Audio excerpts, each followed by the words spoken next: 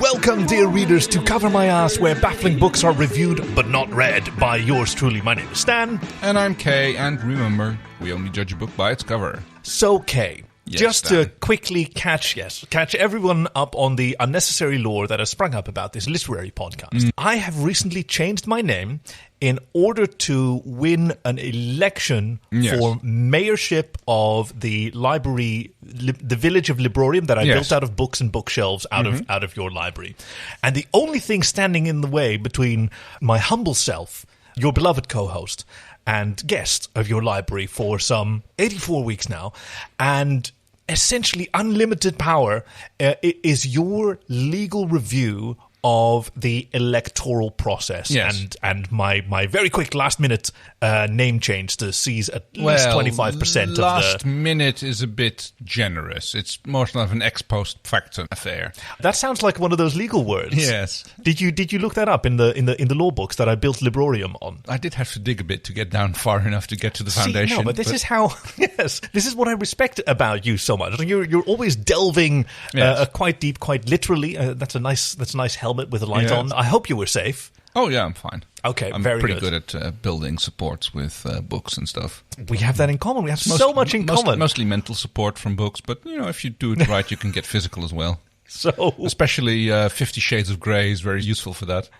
I have no idea. Physical support, not the mental support. Okay. The thing is, we get so many donations for that book. We have piles and piles and piles of them. So it's just people just drop them off in our return slot, even though they didn't borrow the book from us. It's just they see it as a convenient way to get rid of it.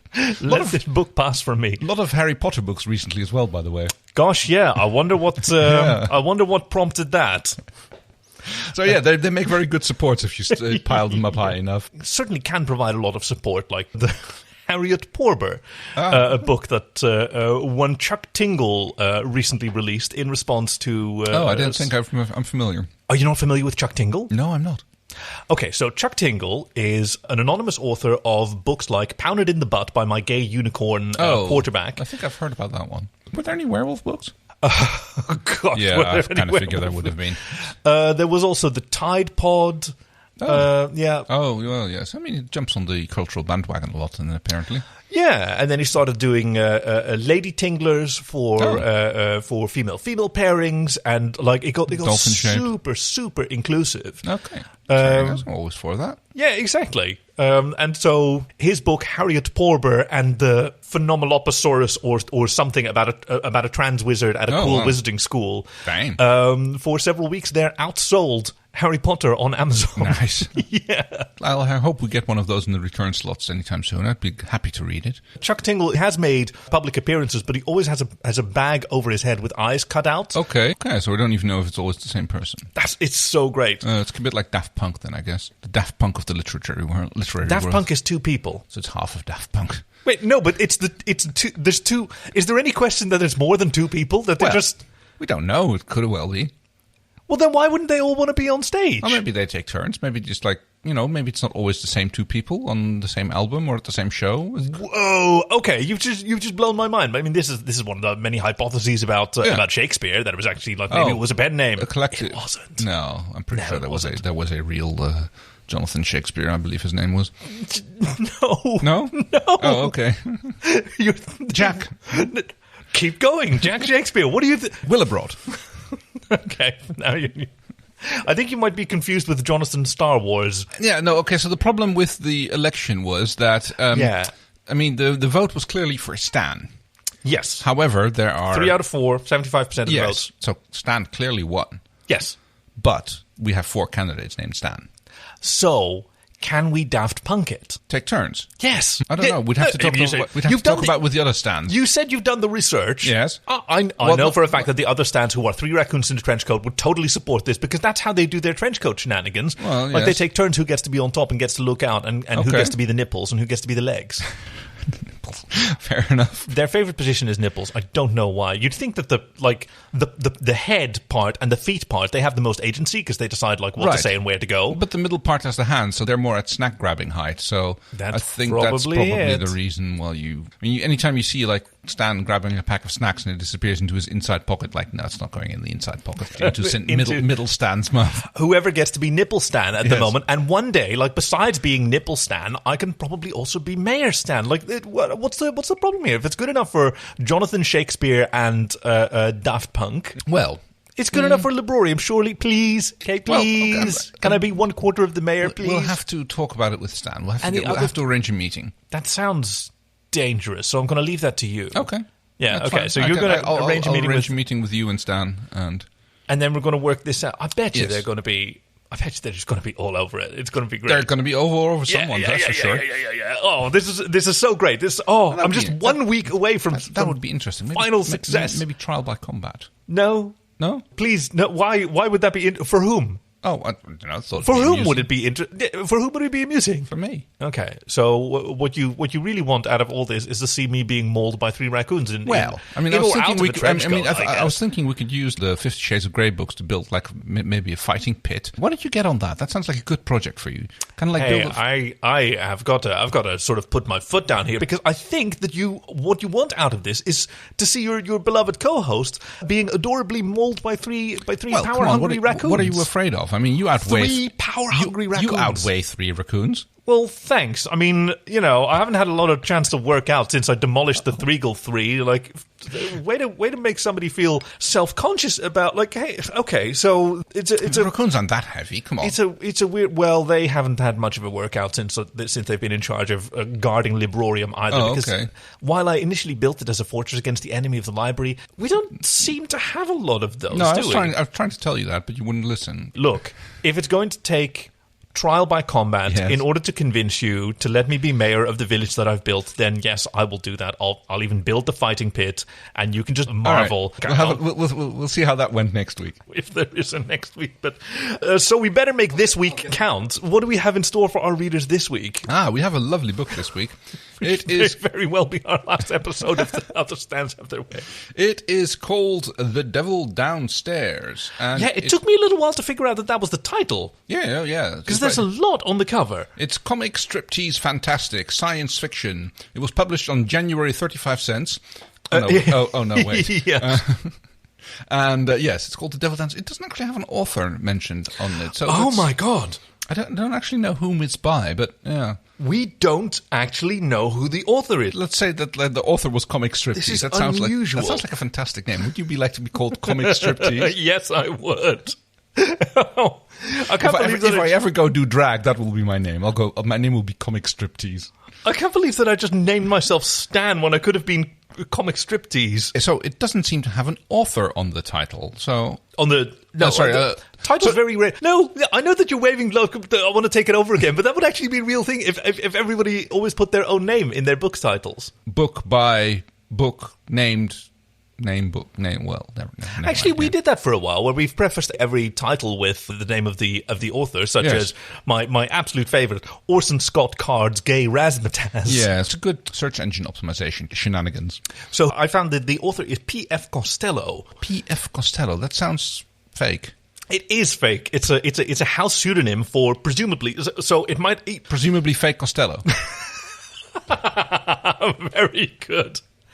I'm going with Cosmic Striptease. That's just I like that too much. I mean, we're obviously clearly enjoying this cover, and if you'd like to take a look at the cover, you can look down at your podcasting device, and if not, you can check out the show notes for an image and a link. You can check us out on covermyasscast.com and on Twitter at covermyasscast, where you will find episode 84 about the devil downstairs, and then you will see this. I mean, the composition is really cool. It's gorgeous. So we have a creature chained to a wall. And, I mean, the creature itself is green, and he's got a body which looks a bit like, I don't know, the Grinch Who Stole Christmas, I suppose. Yes, he's got the very spindly limbs and the hairy huge body. Head. But the head is smooth, domed. I would say insectoid, but not really, because clearly a binicorn. Yeah, he's got the two sort of narwhal horns sticking out of his head on either side. But I see what you mean. There's the sort of mottling pattern as if it's chitinous. Yes, that looks a bit big like dome that. I mean, it looks like he doesn't have a mouth, but I think that's just because he's got a fairly long nose and he's kind of like glaring at the viewer. That's what I think too. Like it's a very sharp snout, and there's probably a gaping maw and beneath. he's like chained to a cinder block wall with some gas and electricity meters next to him, and long red claws, which I presume means that he's been there for quite a while because he hadn't had a chance to cut his nails. He's got this sort of, I don't know, angry look about him. Like he's... Well, I mean, I would have an angry look if I were chained to a wall in the basement. Yes, I think that's entirely reasonable. I mean, I know people are into that, and like, I don't want to kink shame or anything, but, you know, it's like, it depends a little bit on why you are chained to that wall. Which is the sort of central mystery of this book. Well, it's not a really mystery, but it's like a plot point, let's call it that. Yes, which begins with a young family moving into a new house out in the suburbs, very excited, they got a great deal on it. Yeah, it was a fantastic. They immediately fell in love with the place and put down an offer on it and bought it. Yeah, to their great surprise, effortlessly and flawlessly for their offered price which was lower, of course, than the asking price, was immediately... I mean, that shows that it's an old book because, like, that hasn't happened for ages. Yeah, exactly. So they're well chuffed as they occupy their new abode, moving in. The young family, what was their name again? It's the Thorvaldses. The Thorvaldses. Oh, yes. And it was a bit of a nuclear family, wasn't it? Yes, Mum Liliana. And Daddy, oh God, Dad. No, actually, that doesn't going to work. Never mind. So, yes, it was a bit of a nuclear family. Mum, Dad, and kid. Bailed on that nice and quick. Whatever. I've never seen you live bailing on what. Can't you just call them? It wasn't funny. I have names. They're not funny. Okay, I bet they are. I bet not. you just need to believe in yourself. Okay, they're not. Like, I promise you. I will enjoy these books. Okay, they're named Liliana. Yep. Lincoln. Yes. And their daughter Lizzie. Yes, that's great. Okay. This is great. Yeah. I mean, I didn't come up with this. It was probably fake anyway. And Lizzie's baby brother, Linus. Yes, that's the one. Yeah, the weird sort of... I mean, he's a creepy little baby. Yeah, it turns out to be important later on, but... So the Torvalds' tolerance for weird shit and creepy shenanigans is pretty high. I mean, they move into their home. It's a lovely little two-story place, and it's got the porch and the garden, so the kids can go in. And they got a fantastically good deal on it, despite already having been on the market for a little bit, which did make them a little bit suspicious. But the realtor went like, "Oh no, it's fine. It's like everything's good," and they go like, "Oh well," and then everything is supposedly fine and good. And if not, then we'll sue the shit out of them. They're pretty litigious, the Torvaldses. Well, I mean, that's just the way things go. Well, I mean, it's Liliana's middle name, Liliana Litigious Torvalds. Oh yes, yeah. They move into their new house. There's boxes everywhere. You know, it's an exciting time for a young family. Yes, it's basically the story is told from the perspective of young Lizzie. Yes, who's sort of indeterminate age. I mean, somewhere in the 12 to 13. She's a precocious, quick growing up young girl. In sort of Roald Dahl age. Between teen age, something like that, yeah. Adventurous and complaining to her parents that she's hearing strange sounds in the walls. And they go, it's just the pipes settling, or it's the radiators that need bleeding, or it's the neighbor's dog, or it's whatever it's like going on. It's just old houses. They groan and they moan a little bit. But she keeps going on, and like it bothers her, and she goes checking in on her little brother Linus as well, and it's not him because he's sleeping, and she goes creeping around the house, and suddenly she finds this door, which she was almost certain wasn't there before, but it might have been there anyway, because it's in a bit of like an awkward place under the stairs. Yeah, it's not something that they saw during their first tours. It's the cupboard under the stairs. It's kind of like the secret door. She's one of those precocious, brave youngsters who immediately grabs a flashlight, which is very sensible, and a stapler for some reason. Don't quite know what the story is with that one. I don't know. I mean, I used to pretend that the stapler was a gun when you would like click it and shoot it like that. Opening the door, she finds some stairs leading downstairs, and down these stairs she finds the scene depicted on the cover in a yellow splash of light. The yellow from her flashlight, which is like has rattling batteries, and a strange creature tied to the wall with clear, justifiable anger in his eyes, glaring at her and goes like, "Who are you? Are you one of those?" And yes, I thought it was a great like Roald Dahl sort of scene, because he writes those very well, where young people like discover something really peculiar and like have to struggle through befriending it. I'm thinking about the BFG 5G is a very good example. I guess that's a good metaphor for young people growing up anyway. It's like when you discover truths about the world that you didn't know about and you have to deal with them. Yeah. I'm thinking about Willy Wonka there, especially that, the world is full of extremely powerful psychopaths. And like my grandfather, who's been bedridden for 6 years, suddenly can jump out and dance to jig when there's an interesting trip to go out on. Yeah. That's not actually charming, is it? It's not charming. So you've just been pretending, and you've just been making my parents like working themselves to the bone to support you. When you could have gotten out of bed any time. Lazy. So the creature introduces itself as Freddy Verdant. Yes. Which I immediately thought was a bit of a pseudonym. Like, it was clearly protecting himself. Like, maybe it may have been like Mr. Mxyzptlk from Superman, who, like, he's some kind of like elf or fairy creature who is banished as soon as he says its own name. He's got good reason to keep his real identity secret. Yeah. So she introduces herself as, "Hi, I'm Lizzie," and she's kind of cautious, but she's very open-minded, which I always like in a protagonist. And she asks him why he is in this unfortunate situation. I like that she wasn't like put off by his strange appearance. How do you get here? It's like, she was much more concerned with why are you chained to the wall rather than why are you green and scaly and chitinous. And that's kids for you. Yeah, exactly. Like, they focus on the important stuff, and I think that Freddy Verdant appreciates that. Like, he mentions that he was unjustly imprisoned here for the crime of being a critical thinker. Oh yes, he had a bit of an out of context problem with how his various insights and his outsides and questioning mind was perceived, until eventually there was a witch hunt, and he became a victim of what he called cancel culture. Until he was cancelled, like, right down into the basement and up against the wall. Yes, the long-time facility storeroom. Yeah, where he feels like there was such fear and bias toward like open-minded thinking and free speech, which he himself is a great champion of, and Lizzie fully supports as well. Well, she loves free speech. I mean, so she gets her free speech curtailed, especially at the dinner table, when she's using words that she's learned at school from the other students. Yeah, exactly. Which her parents are a little bit like, well, you shouldn't be using those words, and like. And so they quickly find themselves to be kindred spirits.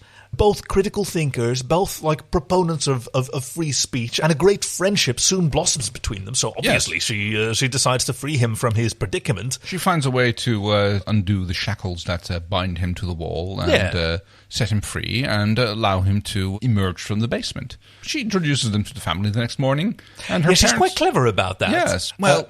So, like, she does the thing where, when kids try to sneak off, then both of them, like, tell their parents they're having a sleepover at the other parent's house. Oh, yes. And then they hope that none of them check up, because this is fine. Yes. And she introduces Freddy Verdant as a foreign exchange student yes, who is visiting, and, can we host him? Oh, can we host him, please, Mummy and Daddy? Oh, it's brilliant. I mean, the fact that Mummy and Daddy don't seem to notice or like ignore the fact that he is green and hairy and has a bicorn, and I mean, they're kind of stuck in that liberal rock and a hard place. Like, they did teach their child not to judge someone by their external appearance, and they absolutely can't give that example. And I guess that is also a bit of a trope of the young adult fact fiction, where, like, the parents are kind of clueless and they kind of like miss certain super obvious things, or just like play along with them, I suppose. They did specifically move to Colorado for its loose laws to certain in regards to certain herbal remedies that are recreationally available. I suppose he's green, so that is like clear association which you get with that. And it is 4:20 in the afternoon when they first show. I don't know why they're having breakfast at 4:20, but like he ingratiates himself very well with the family. They appreciate his herbalism. Oh yes, which is one of his wonders in the spice rack. He's got a lovely rack on him. But Freddy proves himself to be an expert at impersonation. Like, he has so many of these wonderful talents between his critical thinking, his herbalism, and his impersonation. He's very quickly highly popular in this family that he's moved in with. Oh yes, it's the zany little roommate basically, which when lives in the basement, like, always has a little zinger at the breakfast table. Manages to ingratiate himself. He's doing very well with little Linus, taking a little bit of the responsibility of the parents, allowing them to go to their work thing and leave Lizzie and Linus home alone in the care of Freddy. Which it seems cool to start with. Like, it seems until a certain point, like two shady figures appear at the front door, and Lizzie opens the front door, and there's like Freddie doesn't like to be seen. It's like the fact that the family sees him is fine, but he's like, other than that, he's a bit shy. He doesn't go out a bit. Well, he presents as if he's shy. Exactly. But he's clearly got a history which he's not telling everybody about. I mean, it's the whole free speech cancel culture thing, but I mean, hints are dropped that there might be other things going on. Yes. Very quickly made clear when these two figures... Yes, two men by the name of Bob and .NET show up at the front door. Yes. And they inquire whether or not Lizzie has seen someone who matches the description of Freddie. Now, snitches get stitches, and she clams up. She does right by her friend, for better or worse. Like she said, no, I've never heard of them. Who's that? It's like, no, never seen anybody like this. And they go, are you sure? I mean, we traced the address to here. And she goes, oh, I didn't know anything of that. I'd like to see a warrant, please, you fucking narc. Well, she's kind of like let loose a little bit, yeah. And they leave a card and say, like, well, please get in touch with us. If you see him, turns out they're not even from a government agency. They're from the Mega Harsh Company. Yes, okay. Which she thinks is a bit weird, but... It's curious for a private enterprise like that to come to a child's house looking for an exchange student. Not specifically for the child. And we know this exchange student was a bit of a story. She mentions this to Freddie. Freddie goes like, hey, who was that? And there's like, I don't know. But once he realizes who it was that reached the door of the Torvalds, suddenly he becomes very interested in leaving the house. Oh, yes. He wants to see how he can get out. Like, he encourages Lizzie to in fact go to school, even though like he encouraged her to stay home under the pretense that if you stick with me, kid, you'll never have to go to school again. No, let's definitely go to school. He presents himself as a foreign exchange student. Bonjour, guten Tag. But as much as he tries to fit in, being who he is, he just can't seem to keep his mouth shut. Like, free speech means kind of unrestrained speech. Everything to him, yes. And his dissatisfaction with what these Coloradans are teaching their children about science, about facts, about reality, stokes his ire. And he gets into a bit of a verbal sparring match, first with the teacher and then with a head principal, until he, as one does, through some means, like there's something about his horns glowing, convinces them to teach the controversy. Yes, he uses an ability called the power word. Yes. Which is basically kind of like a command thing where he can just use his ability to get people to do things. It's like, yes. It's kind of like a mind control thing, I think. Yeah. And this once rational school rapidly under his influence converts to teaching the controversy about intelligent design, and maybe the Earth isn't as round as people think, and use your critical thinking because it might be flat. Yes, and you can't prove it's round, or you can't prove it's not flat. Yes, exactly. It's like, you can't prove it's round, but you can't prove it's not flat. I think the flat earthers are the weirdest anyway, in my opinion. But after school ends, he still doesn't want to go home, so he convinces Lizzie to join him on a series of adventures, which include the rather successful and profitable sale of some essential oils. Oh yes, owing to his herbalism. They can have set up a little stand outside the local mall. Basically have their little Girl Scout sale, except they're selling essential oils and little incense burners and And they make a tidy bit of money, which Lizzie is quite enthusiastic with, but kind of confused why he then immediately takes that money and goes into Dick's Sporting Goods to buy a bunch of propane and takes Lizzie out to and takes her out to, it's time that we do something for this community, because you saw how the school has been trying to brainwash everyone with their uncritical thinking. And she goes, well, gosh, yes, okay, I guess you sort of have a point. Well, that's only possible because the Mega Harsh Corporation is operating these sort of mind control radiation towers. Let me see, how are we going to do this? It's called, there was 5 G's in the word. These gigantic. Fuck, nothing starts with G. G is a very difficult word. It's a really difficult one. Global's one of them. Go on, let's do this. The global grand. That's a bit of a repetition, but yes, the gigantic global. Is there a part of the brain that starts with the G? Glandular. The gigantic global glandular. And there's no adjectives with G, are there? I mean, there's great, but that's big as well. Yes. What words start? Why am I thinking of gerontocracy as a G word? There's got to be other G words. We did gerontocracy in the other episode the other day with the old people in the surf resort. That's right. Yes, Dinosaur Beach, episode 80. Which just aired the other day. Hey, I'm back. Words don't start. So, good. Good. How would they know more words that start with G? It's such an important letter. Gist? Gin? I mean, gin is very No, important. okay, so at least there are words. They're just not relevant. I'm drawing a blank. Okay, let's have a look around and see if we see G things. Okay. Gyroscope. Gun. Those are both of the things that start with G. Readers at home, look around you. Do you see anything that starts with a G? And do you see two things that start with a G? I mean, I see a lot of gin. Gherkins? No. Gherkins is not... Gherkins. Oh my God, maybe Freddie Verdant was right. Maybe we are indeed... He was green. Oh, that's a relief. Well, maybe it's because we are indeed under the influence of the same things that he wanted to warn against, namely the 5G tower for the township quite close to the Torvalds' house, which, with her help and with the equipment that they got from Dick's Sporting Goods, he sets on fire. Propane does that. I mean, it's hard to set towers on fire because they're generally made out of non-flammable things unless they happen to be wood. Yeah. Not that popular anymore for building towers these days.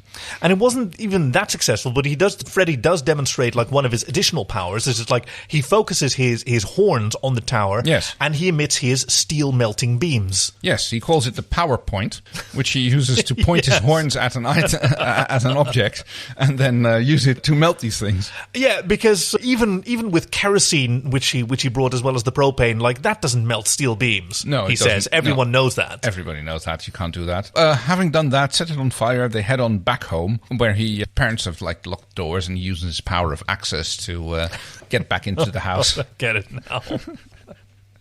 Climbing in through their home office. Yes, exactly. Because that's where where the security is softest, where the security is microscopic. It's Microsoft Office. Yes, it's definitely not mega harsh. No. And he absolutely excels at breaking into the Microsoft office. Yes. Yeah, I mean, parents are... It offers the best outlook. It does. Well, that's another one of his powers. He's got the power of lookout, which is... I knew he did. I knew he did, yeah. Which allows him to see through walls and to look out the front door. Which actually tells him that he sees Bob and .NET coming back, who have turned out to be working for the Business Sadism Agency. I thought that was weird, but he immediately tries to turn this to his advantage by claiming that these are lizard people, the same lizard people... From Planet Redmond. Yes, whom he's been fighting against this whole time. He quickly disguises himself as Paul McCartney. I don't know exactly why I had a note for. I thought it was really weird. I mean, I guess he can try to do the Paul. I think it's just like cosmic striptease. Maybe he had a little puts on a wig or something and cushion. Gets a joint out, holds a guitar. I mean, nobody can tell him from Paul McCartney. And there's the final showdown in the pizzeria, where he decides that he's going to take a stand against this human trafficking and the abuse ring that's being run out of this pizzeria by the Business Sadism Agency. He's been claiming that he was like being persecuted for being a critical thinker and all sorts of that. But like Bob and .NET claim, he was just like in violation of the extremely unclear lengthy agreement. And he's been using the stolen technology from Planet Redmond to get his way over to Earth. Wow. Yeah, which he still decries, and he claims to information wants to be free. Open always wins, and this is just pure entrapment. But in the meantime, and I respected this a great deal, Lizzie has seen through his bullshit. Yeah. She's seen that this is a bunch of nonsense, and even while he's using his PowerPoint to try and disseminate Bob and .NET, and he's doing fairly well between his automatic weapon that he brought into the pizzeria in order to get to the bottom of it, and his PowerPoint and the power word, like he's standing there on the platform in front of the pizzeria, broadcasting his critical thinking and cowing even the agents of the extremely unclear, lengthy agreement, which is from the business. No, that was what he violated. The Business Sadism Agency was what they were. And who are not protected by their EULA, and she pulls out her Snopes spellbook. Oh yes. The spell book of Snopes, and for each of his claims, she just yells false, chanting. The whole town chants him back into oblivion until he is onto his knees. Finally, onto his knees on the platform until finally the collective wisdom of this wonderful town deplatforms him fully. Yes, he gets hauled in by the BSA. He gets sentenced to like a little bit of community service and like a fee of 10 million, which he can never pay. But basically, they sentence him to get to stay on Earth, basically. I think it's called like house arrest or something. Yeah. And he ends up with the Torvaldses in their household. And I mean, everybody seems to be happy enough. He's like still doing his job as a babysitter. Yeah. I thought that was really weird. It is a little bit. It's one of those I guess it's one of those pilot episodes for a sitcom where you have this alien in this household living there and like just generally being a menace and being about the family and their affairs. Showing that those who most vehemently decry against cancel culture really don't face as many consequences for their actions as they like to claim is unfair. Yeah. But despite that sort of mixed message at the end there, I thought it was a very good book. It was fun. So, yeah, it was hilarious. I liked Lizzie a lot. Lizzie was amazing. She was just like the little go-getter and, yeah, definitely the kind of kid that you would hope your own would be. So how are we going to rate this book? Oh, geez. We have to rate it on an alien scale, I suppose, or maybe we can rate Can it we on do critical thinking? Or how about 32? 32? Oh, yeah, 32. Yes, we have the long-term facility storage, but you also have the fat 32, which we can... Yes. So, yeah, out of 32, how are we going to rate this book? What do you think? I'm going to, I don't know, 26 out of 32. Oh, okay. Good. So we're dipping down the... Well... I mean, you can't keep rating towards the top end of the scale. That's what I've been saying. So I guess P.F. Costello / Cosmic Striptease. I think it's Cosmic Striptease. So well done, Cosmic Striptease, for this fantastic science fiction book, The Devil Downstairs. And hey, speaking of reviews, if you look down at your podcasting device, you should be seeing the option to leave us a little Striptease star. You can get in touch with us at Cover My Asscast. You can get in touch with us via email at covermyasscast@gmail.com. Wow, now the emails are giving me grief. It especially get in touch with us if you've got a baffling book cover that you think we should review but not read. And speaking of which, what do we have in store for our readers next week? Next week's book is by Jenny Lawson. It's called Let's Pretend This Never Happened. Mostly true memoir. Oh, even more subtitle. That about covers it. Thank you for joining us at Cover My Ass, where baffling books are reviewed but not read. My name is Stan. I'm Kay. And remember, we only judge a book by its cover. I think I'm slam dunk for this, by the way. I think I learned a lot of lessons from Freddie Verdon that I'm going to apply to my... Oh no, the campaign is over. Oh no, I did just commit to the drop up. Don't use your PowerPoint at 5G masts. Okay, well, Sorry. I'm not that kind of nerd.